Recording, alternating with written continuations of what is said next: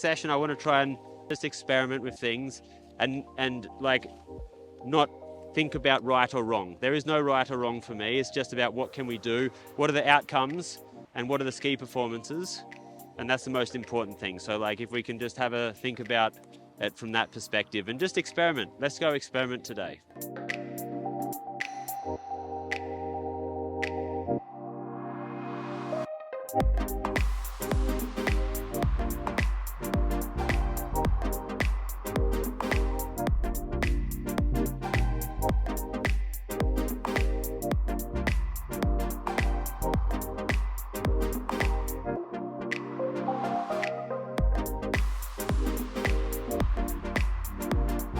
So what we're doing at the moment is all of these systems that we're working with have been using a lot of leg steering. So what we're going to try and experiment with is the opposite today and see what type of results we get with that.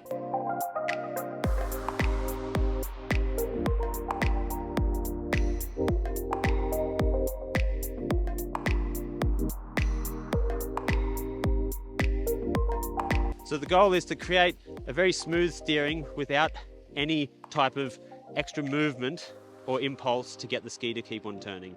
So that's really the goal, and we're just trying to find whatever body position is right for us to get that to happen. And because we've been looking at hip range and hip mobility, it's going to be a little bit different from person to person. So I'm not too worried about the actual body position of people. I'm more worried about the ski performance and the middle position.